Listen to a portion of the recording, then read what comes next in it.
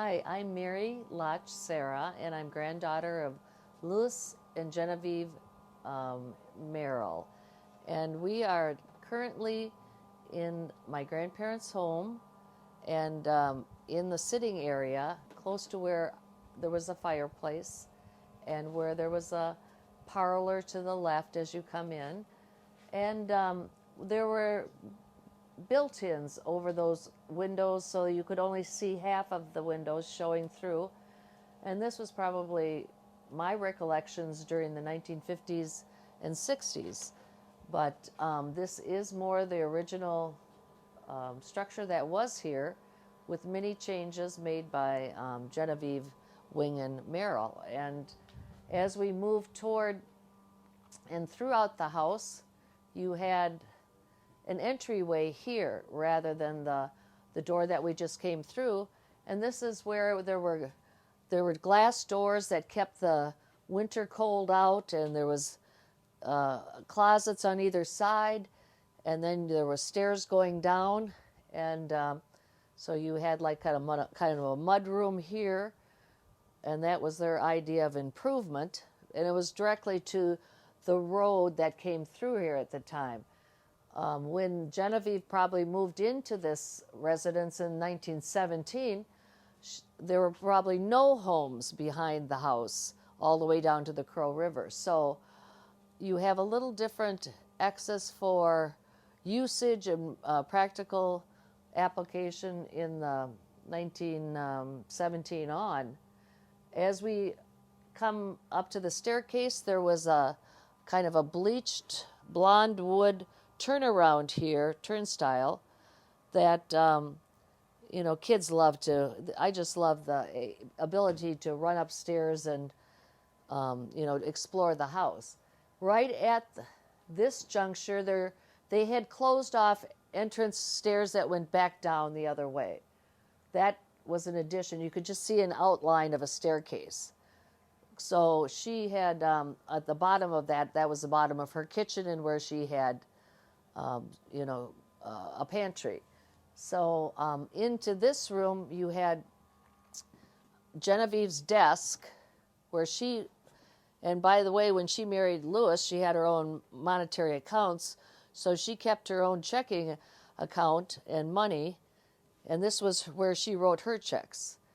And then in here was the coat closet, and with no shortage of fur coats, as a little girl, I would come in here and hide between the coats and, goof around. And I'd run up to my grandmother's room and put her fragrance on, and, all the things that little girls love to do when they're exploring and on their own. And then there was always views out to the backyard, and there was multiple, acres to run in, and there was always dogs to play with and throw balls to. So it was always a busy and welcoming house. And then as we go into the other room that's in the process of getting worked on, this was the dining room. This was where we were expected to sit, keep our mouths shut, and listen to the adults talk. So bottom line is, it was a long table with a kitchen at the end with yellow paint, and I remember my grandmother was cooking, and my mother told me a story about Genevieve. And basically, Genevieve was using a newfangled thing called a pressure cooker. And in the process of getting ready for one of her many dinners, she forgot that the little jangling top was going off, and she proceeded to blow her eyebrows off.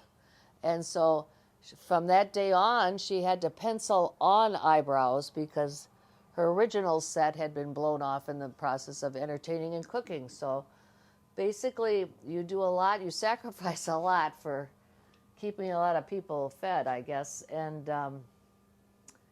I'm thinking we will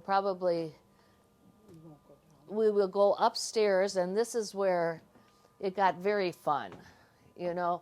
Going upstairs to where your mother used to sleep, and a house full of memories. It can't be beat.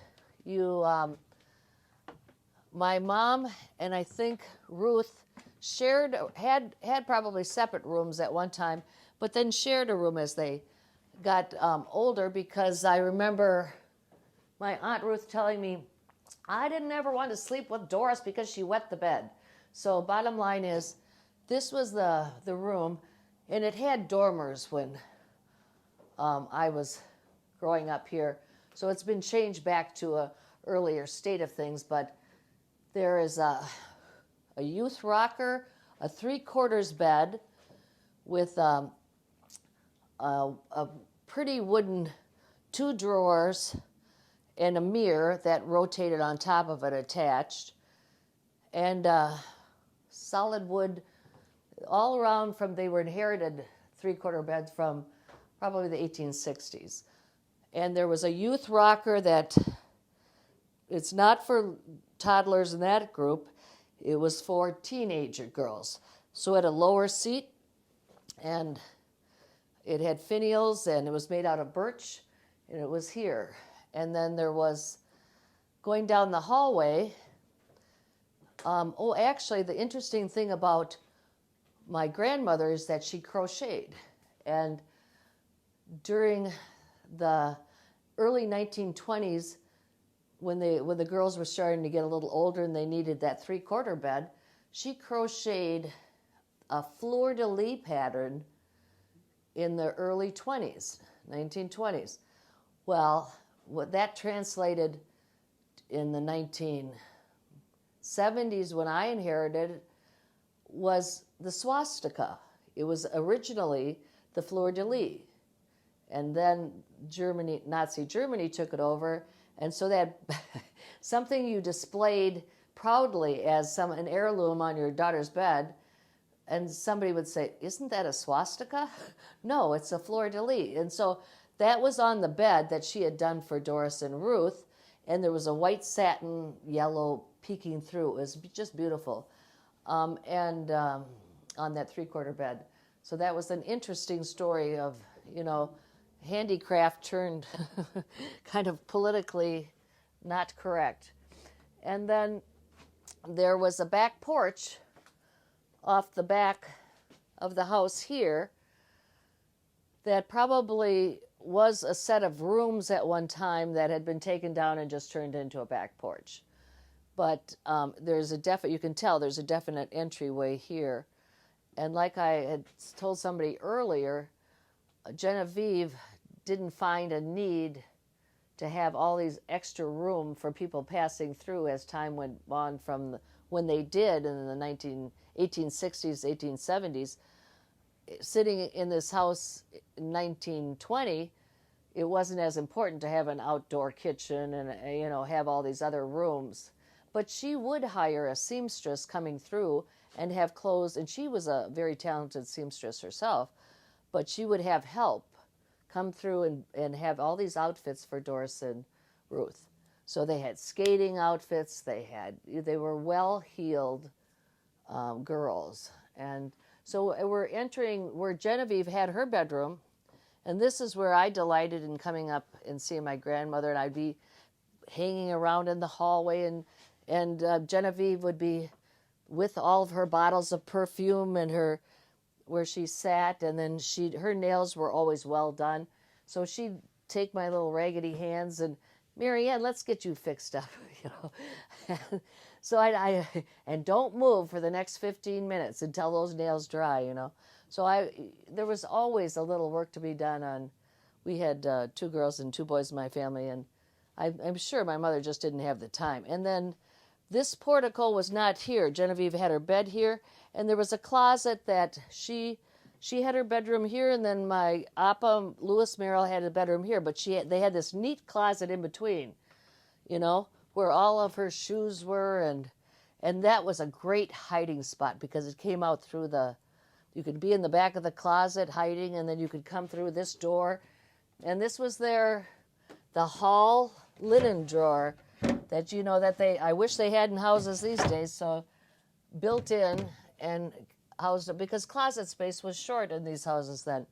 And then this was my grandfather's room, and he had a big bed here against this wall, so he had views that direction and down the street, and views down to the river. At what somebody before him had better views than probably what had been sold off in the land here. But it was a beautiful, spectacular room to be in, and closets, and he had beautiful furniture. It was a large mirror with marble topped things and things for men to put their toiletries in or their shaving needs and whatever. And the bathroom was here. And I'm sure it was an add-on, of course, because there would have been outhouses. And I remember the tub, part of it was cream, and the tile, I remember the green floor tile here. But it was a wonderful place to be and eat and explore and just be quiet in, being a child. And she always in the dining room, she was wallpaper. You can see the remnants of the wallpaper here.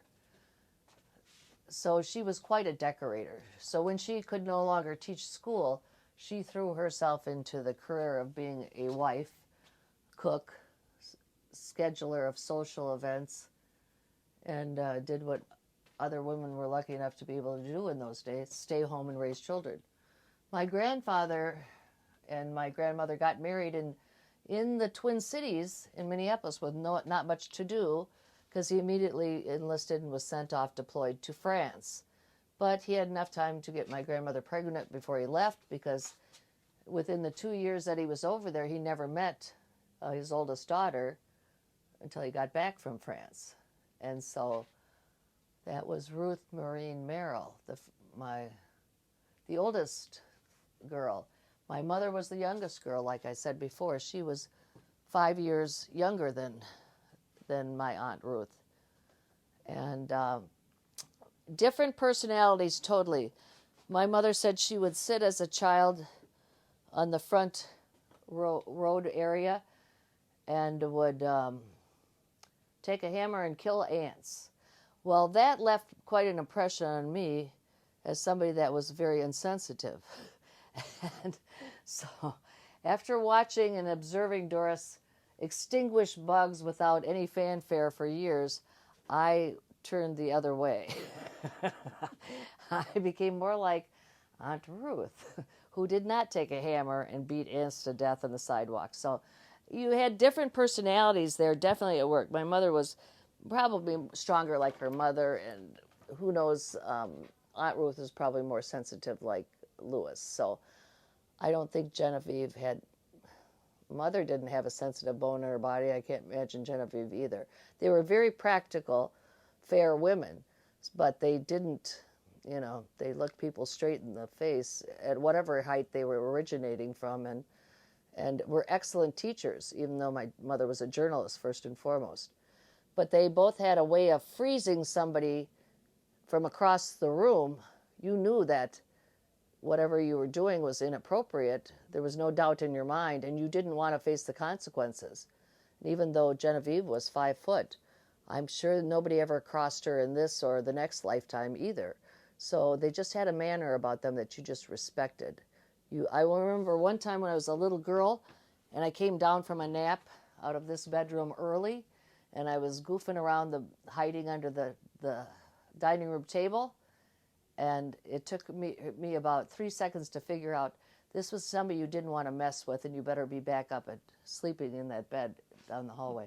So she was probably an excellent teacher in the Hutchinson Public Schools, and it was somebody that was a very firm and solid mother, too, as well, as cook and wife. So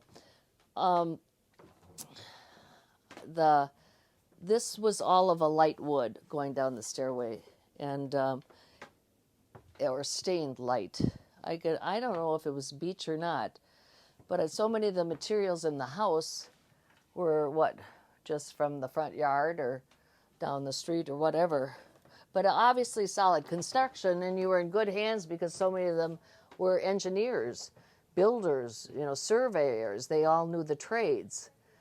And it was wonderful that they also had a brain in their head as well, business sense-wise, that They and community-wise, but they were well liked and helpful, and they were always. I would say my aunt and uncle were never more proud as when you came for a visit, and they told you how the town of Hutchinson grew from a small town. Oh, this industry is coming in, and this industry is coming in, and that's been expanded. They were so proud of the growth of Hutchinson and how it was growing. And I think Hutchinson is lucky as a community to embrace their history. I mean, and use a house such as this for educational purposes, and as far as how you form a sense of community that's successful and that can continue to be successful and reoccur. So I'm a history minor, so I've embraced it. I was just lucky to be growing up around a small town, especially since I was in Minneapolis, Minnesota, in the inner city, which is a big chaotic place, and this was always an oasis to come of common sense. And the meals were always, there was always current events on the menu, I'll tell you, at the table. It was not a quiet event to experience a meal at the Merrill house. And I'm sure that was learned from previous generations of this is how you dine, this is how it goes, these are the plates you eat on, this is a dessert, and this is the food you have. It was the right, there was no anybody in the family that suffered from obesity ever, except for that one uncle. Well, that was a bachelor. They didn't have a wife to take care of him, but at any rate, he was productive. He started the Citizens Bank. But bottom line is the rest of the group was pretty thin all the time. And so you were lucky to inherit some of that lean structure. My grandmother was not as thin. She kind of had piano legs, being short.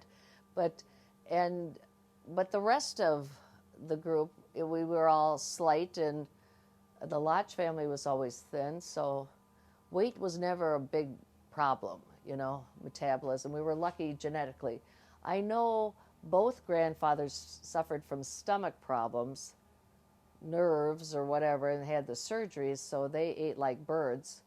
But it's such a waste of food because the women were such great cooks, both sides. Cookies, I have thousands and thousands of recipes clipped with strange instructions like scald the milk and, things that are hard to follow, and the dimensions are off.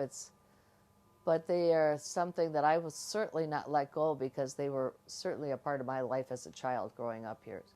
And then you had the carriage house outside that had all sorts of secret, there was stairway going up the side, and it was where my grandfather read his dirty books up there on that second floor.